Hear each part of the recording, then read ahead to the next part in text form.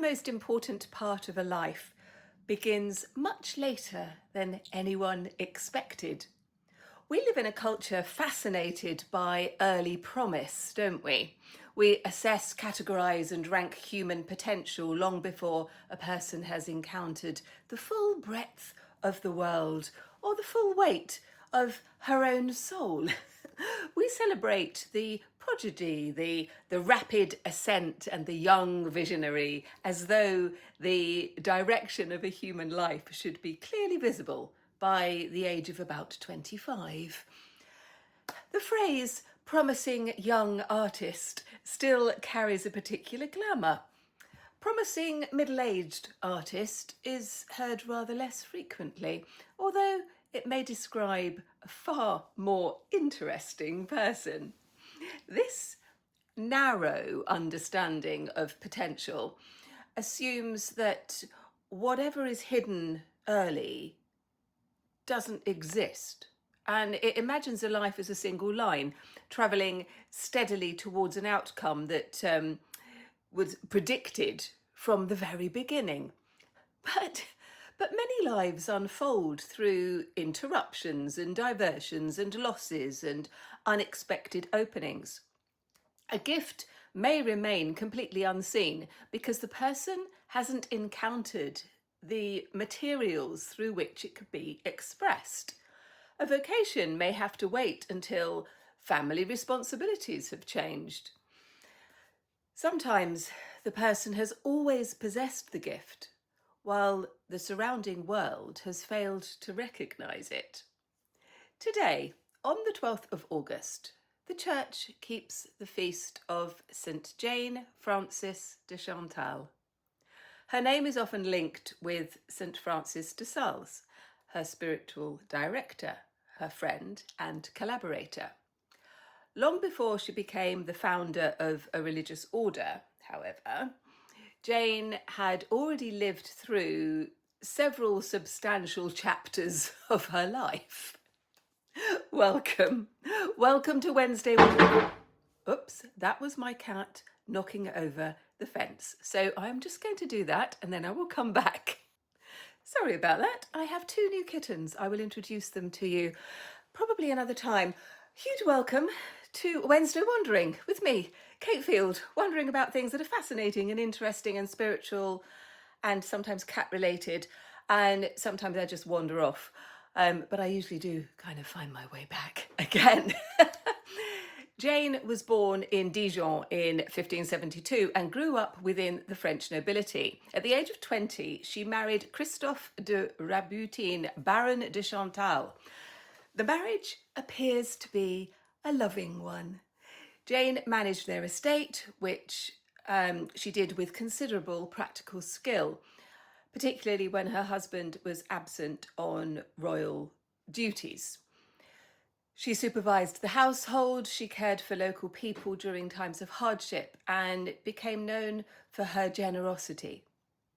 She bore 6 children, 2 of whom died in infancy.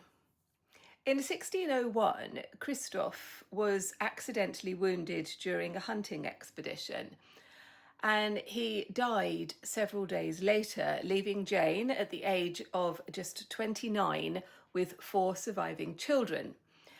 She also had the responsibility for the estate and a grief that changed the shape of her life. She subsequently moved into the household of her father-in-law, partly to protect her children's inheritance. The arrangement was deeply difficult. The household was dominated by her father-in-law and his servant, and Jane endured years of tension and humiliation while continuing to care for her children and manage her responsibilities. So, to an observer, her future might have appeared fairly settled. She was a pious, noble widow with a household to maintain, children to raise, and a sorrow to carry. Nothing about her circumstances suggested that she would eventually become one of the most influential religious founders of the 17th century. in France. In 1604, 3 years after Christophe's death, Jane visited Dijon during Lent and heard Francis de Sales, Bishop of Geneva, preaching at the Sainte-Chapelle. She was 32 years old. Francis became her spiritual director, and between them grew an unusually rich friendship expressed through meetings and letters. Francis encouraged a spiritual life founded upon gentleness and humility and love. His approach offered Jane a different way of understanding religious devotion. Severe bodily penance was common in the spirituality of this period, and Jane had imposed demanding practices upon herself during the first years of her widowhood. Francis guided her towards patience, balance, and trust. Their friendship continued for 6 years before a new possibility took physical form. In 1610, when Jane was 38, she and Francis founded the Order of the Visitation of Holy Mary in Annecy. What made this vision remarkable was its understanding of who could be called to religious life. Many convents required considerable physical stamina and rigorous austerity. Older women, widows, and those in fragile health could find themselves excluded. The Visitation was designed to receive women whose age or constitution made the harsher demands of other communities unsuitable. Its members would cultivate the quieter virtues of patience, humility, gentleness, and even-tempered charity. The name came from the Gospel account of Mary visiting her cousin Elizabeth. In the original version, the sisters would combine prayer with active service, leaving the house in turn to visit people who were sick and who were poor. And their religious life would move between contemplation and compassionate presence. The arrangement did not continue quite as Jane and Francis had first imagined. As the Visitation expanded, ecclesiastical pressure required its sisters to become enclosed and to adopt the rule of St. Augustine. Their active visiting was curtailed. Even within the enclosure, however, the community preserved its gentler physical rule. Women previously considered too old or insufficiently robust for religious life found a place within it. The accepted shape of a vocation had been widened. Jane's new vocation did not erase her earlier lives. She brought with her the experience of marriage and motherhood, of estate management, but also her experience of bereavement and her years of domestic responsibilities. And these experiences had taught her something about the varied circumstances in which women live. So they may also have made her particularly attentive to those whose bodies, histories, responsibilities fitted poorly within existing structures. The foundation of the Visitation didn't carry Jane into a permanently serene conclusion. She continued to experience periods of profound spiritual darkness. She outlived Francis de Sales, her husband, and several of her children. She travelled extensively, guided new communities, and maintained a vast correspondence.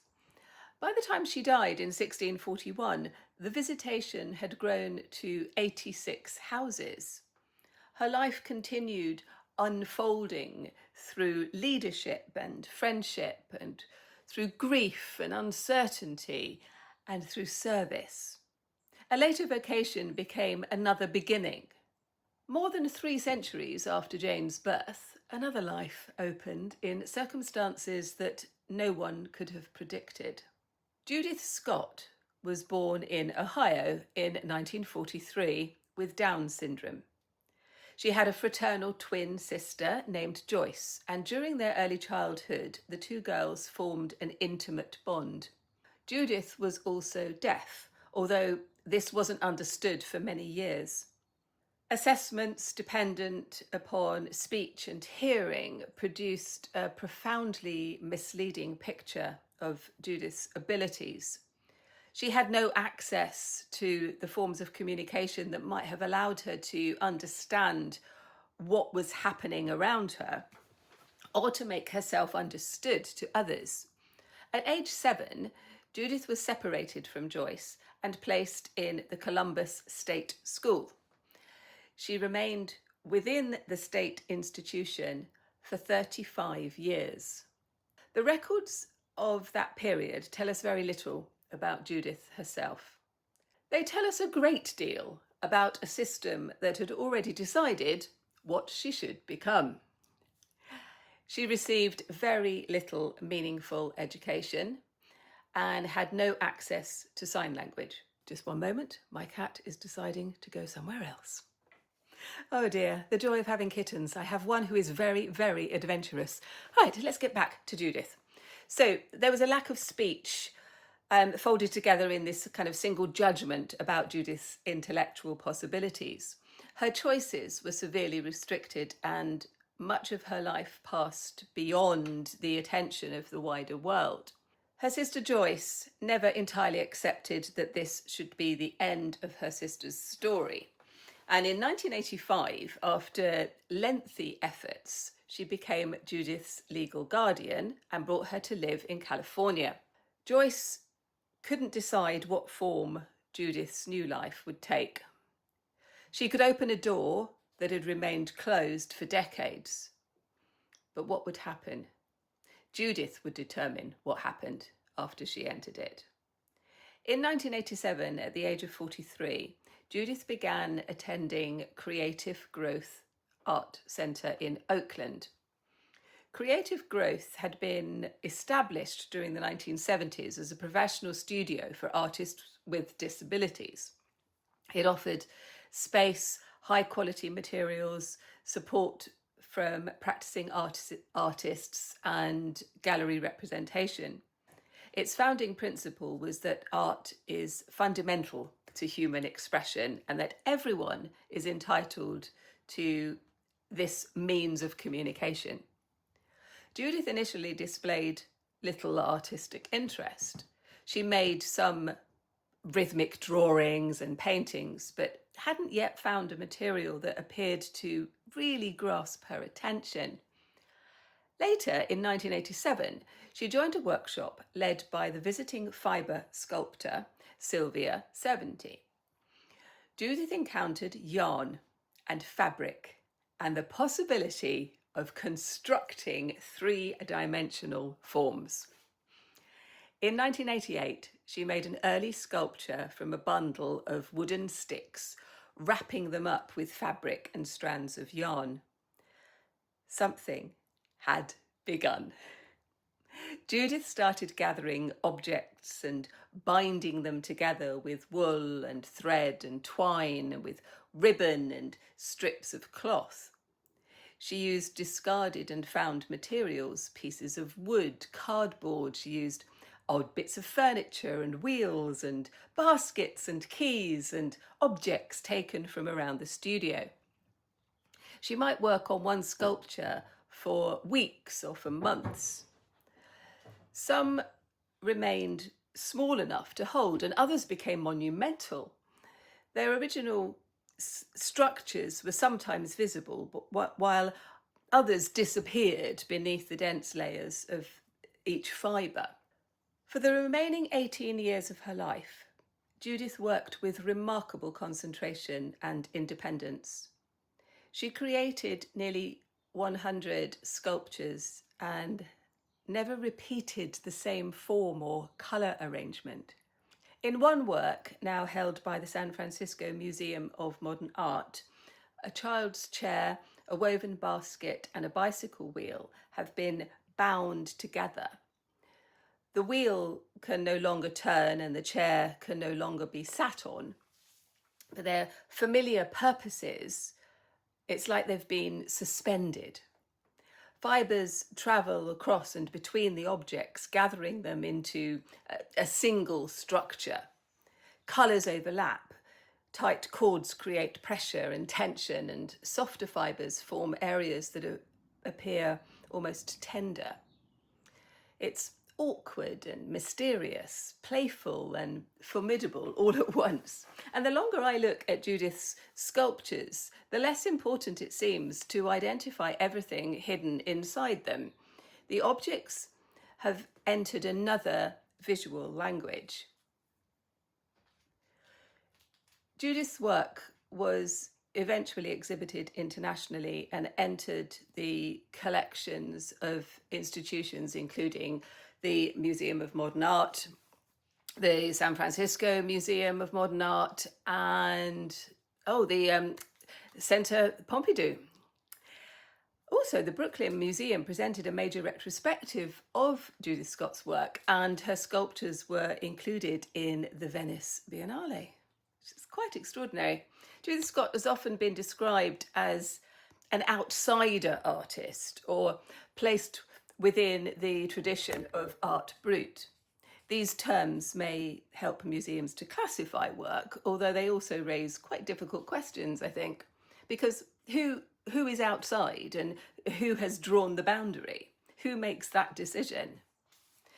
Judith Scott worked within a professional studio. She used materials with purpose and developed a sustained practice. She created a substantial body of highly individual work. Her sculptures deserve to be encountered as contemporary art, with the same seriousness and attention given to artists whose minds and methods fit more comfortably within the conventional history of art. When I look at her work, I find myself thinking about protection and preservation. The discarded objects appear to have been gathered together, held tightly and given a new significance. Some sculptures resemble cocoons and bundles or sacred enclosures. She didn't title her work or leave explanations of their meaning. She left no notes, no plans, no recorded statements that allow us to decipher her or her intentions. It would be so easy to turn every strand of yarn into a psychological symbol and every concealed object into evidence of her institutional past. But that kind of interpretation may tell us more about those observing than the artist herself. The mystery belongs to the work. It may also belong to Judith Scott's right to remain partly unknowable. Her sculptures can bear many responses. They can evoke comfort, restraint, secrecy, memory, accumulation, care, entanglement, or transformation. They remain visually compelling without yielding a single explanation. Judith Scott's history is part of her story, but the years of institutional deprivation don't preserve the credit for what she created. It really doesn't. Creative growth did not place imagination inside her. It provided time and materials and skill and support and the freedom to develop her own practice that was already inside. A generous environment doesn't implant a gift into someone. It just removes some of the constraints and the conditions that have prevented the gift from being seen. And this is where I find the deepest connection between Judith Scott and Jane Frances de Chantal. The Visitation widened the accepted shape of a religious vocation. Creative growth widened the accepted shape of an artistic career. Both places asked what might happen if existing standards ceased to be the sole measure of human possibility and potential. One welcomed women whose age and health excluded them from the more austere communities, and the other supported artists whose forms of thought and communication had become marginalised by the established art world. The circumstances of Jane and Judith were profoundly different. Jane was educated, socially privileged, and capable of exercising considerable practical authority, although her choices were shaped by the expectations placed upon women, widows, and mothers. Judith Scott experienced disability discrimination, separation from her family, and decades of institutional confinement. Their lives can't be made into matching stories. This is not my point. The connection lies in the failure of institutions to recognise the full range of human possibility and in the transformation that can begin when someone widens the doorway. A life may appear to open late because the person has changed. It may open because circumstances have also changed. Perhaps responsibilities have shifted. Or perhaps someone has finally provided access to the necessary materials. What we call late blooming may sometimes be late recognition. And this leaves us with the difficult and necessary question. How many gifts remain undiscovered because a person has never been given the right materials or the right space or the right welcome? There may be parts of our own lives that feel dormant. A creative practice may have been set aside while we raised children, or we earned a living, or we cared for someone, or we simply survived a demanding period of our lives. We may quietly assume that the appropriate time has passed. It has passed us by. The calendar has no authority over human possibility. Beginning later doesn't require us to produce a masterpiece, found 86 convents, or have our work acquired by the Museum of Modern Art. That would make an ordinary Wednesday unnecessarily exhausting. The beginning itself has value. So we might take a class, we might open a neglected sketchbook or return to an instrument or read about a subject that's always drawn our attention. We might also notice someone whose gifts have been hidden by that kind of lack of confidence and access and encouragement or opportunity. Perhaps we can offer a material, an invitation, a quiet place to work, or just the simple dignity of taking another person's creative life seriously. Jane Frances de Chantal created a community in which women previously deemed unsuitable could pursue a vocation. Judith Scott opened the door through which her sister returned to family and community.